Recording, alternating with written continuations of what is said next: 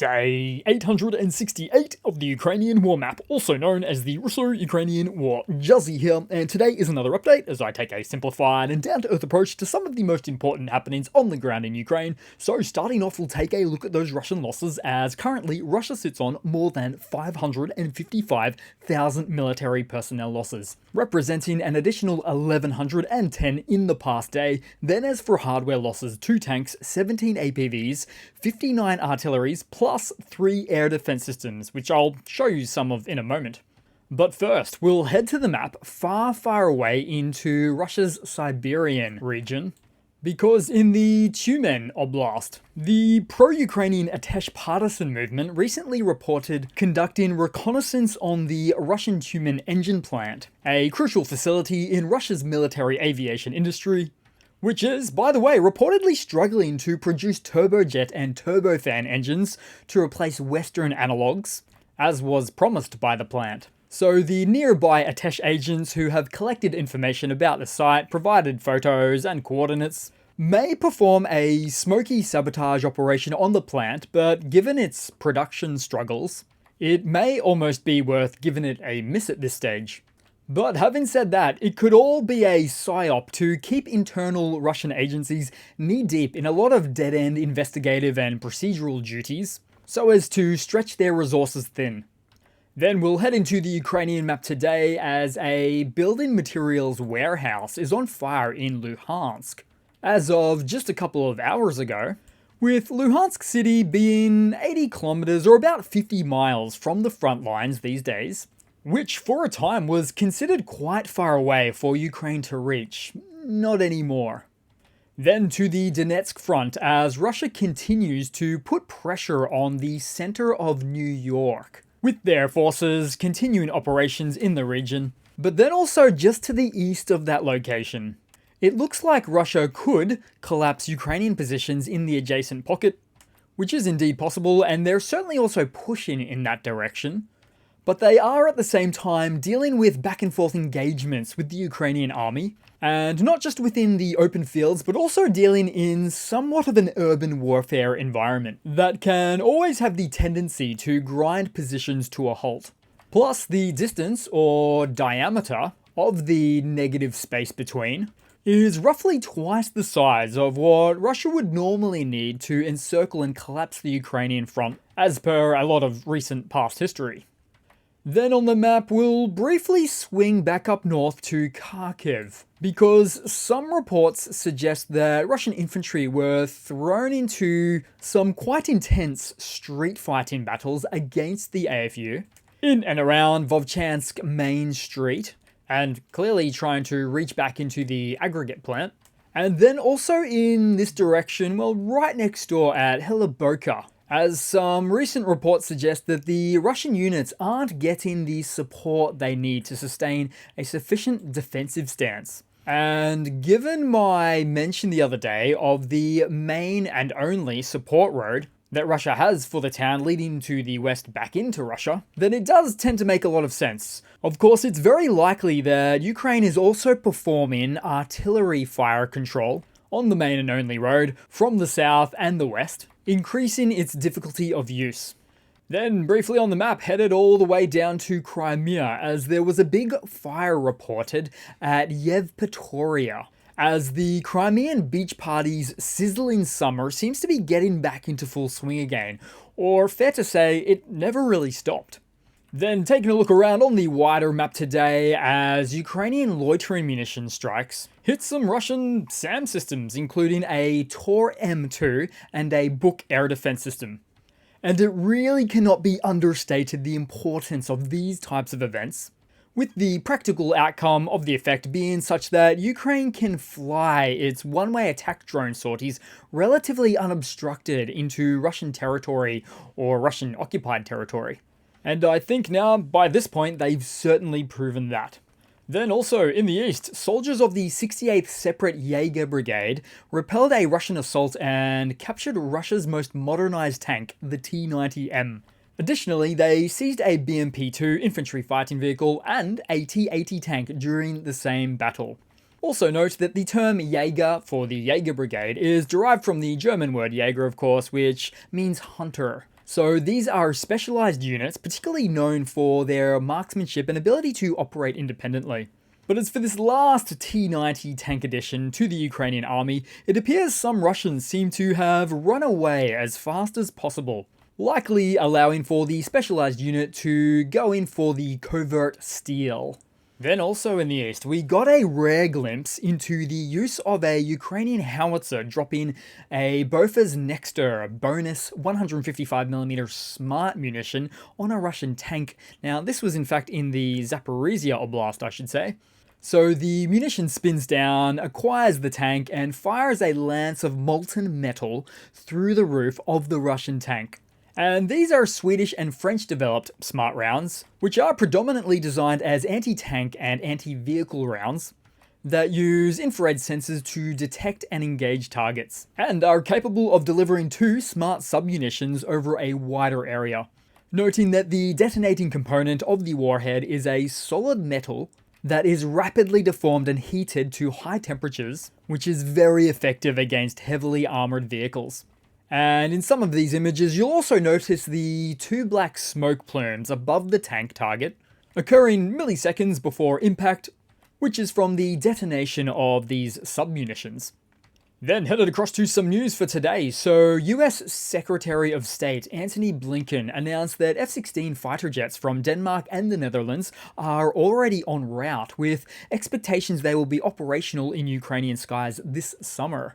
Denmark is contributing 19 of the combat aircraft, while the Netherlands has committed to sending 24 F-16s, and has most recently announced the allocation of an additional 300 million euros for the aircraft's munitions, all on top of a previous 150 million euro commitment. And also with this news, Norway has just pledged 6 jets with delivery starting in 2024.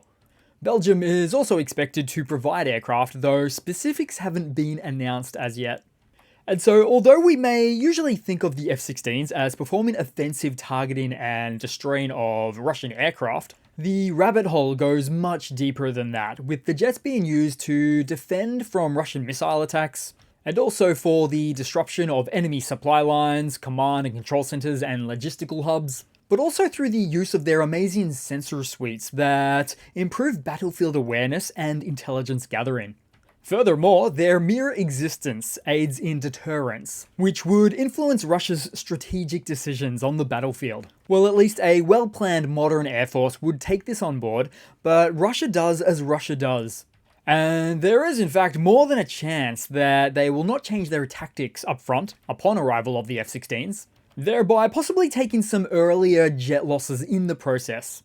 But either way, the battlefield and airspace dynamic will be forever altered with the introduction of these jets. Then to some news on what's not altered, which is that the UK's stance on supporting Ukraine with advanced weaponry has remained consistent through its recent change of leadership. New Prime Minister Keir Starmer, during his trip to the NATO summit, reaffirmed the UK's policy regarding Ukraine's use of British-supplied long-range weapons, particularly the Storm Shadow cruise missiles.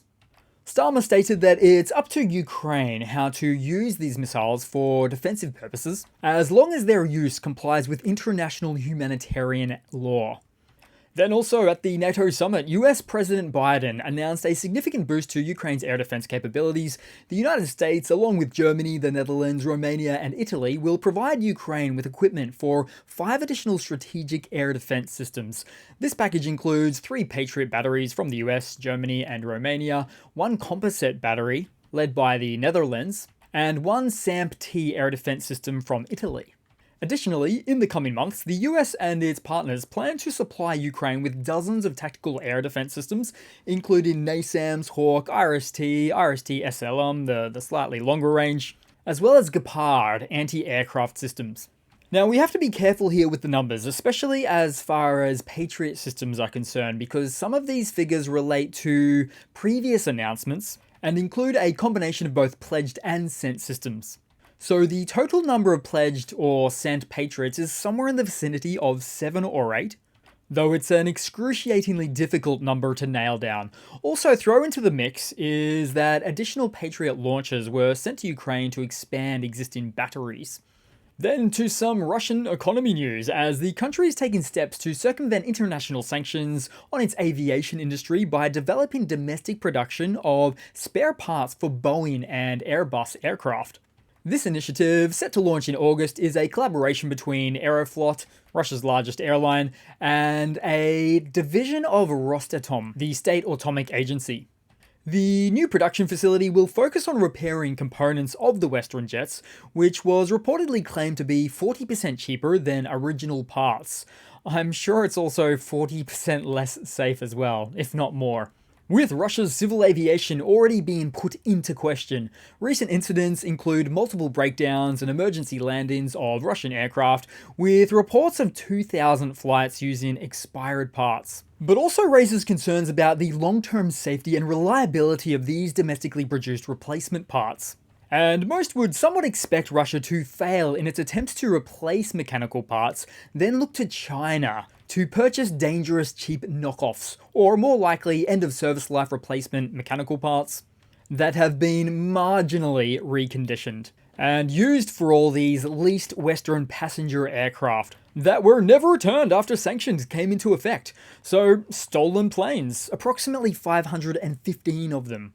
Nothing screams civil aviation technological superiority like being almost completely reliant on foreign aircraft to support your civilian aviation demands.